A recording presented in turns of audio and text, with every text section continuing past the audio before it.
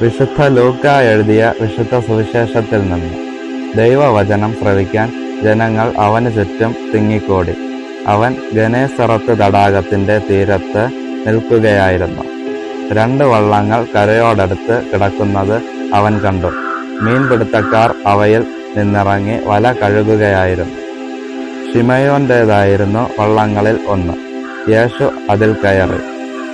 കരയിൽ നിന്ന് അല്പം അകലേക്ക് വള്ളം നീക്കാൻ അവനോട് യേശു ആവശ്യപ്പെട്ടു. അതിൽ ഇരുന്ന് അവൻ ജനങ്ങളെ പഠിപ്പിച്ചു.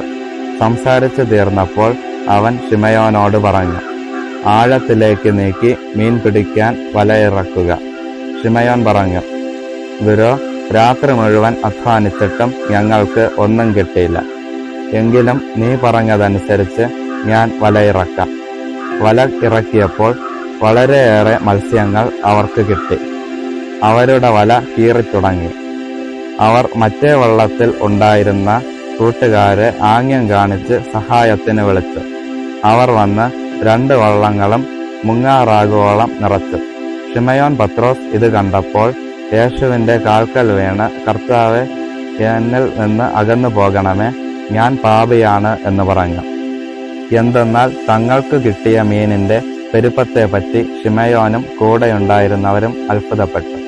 അതുപോലെ തന്നെ അവന്റെ പങ്കുകാരായ സെബദീപുത്രന്മാർ യാക്കോബും യോഹന്നാനും വിസ്മയിച്ചു.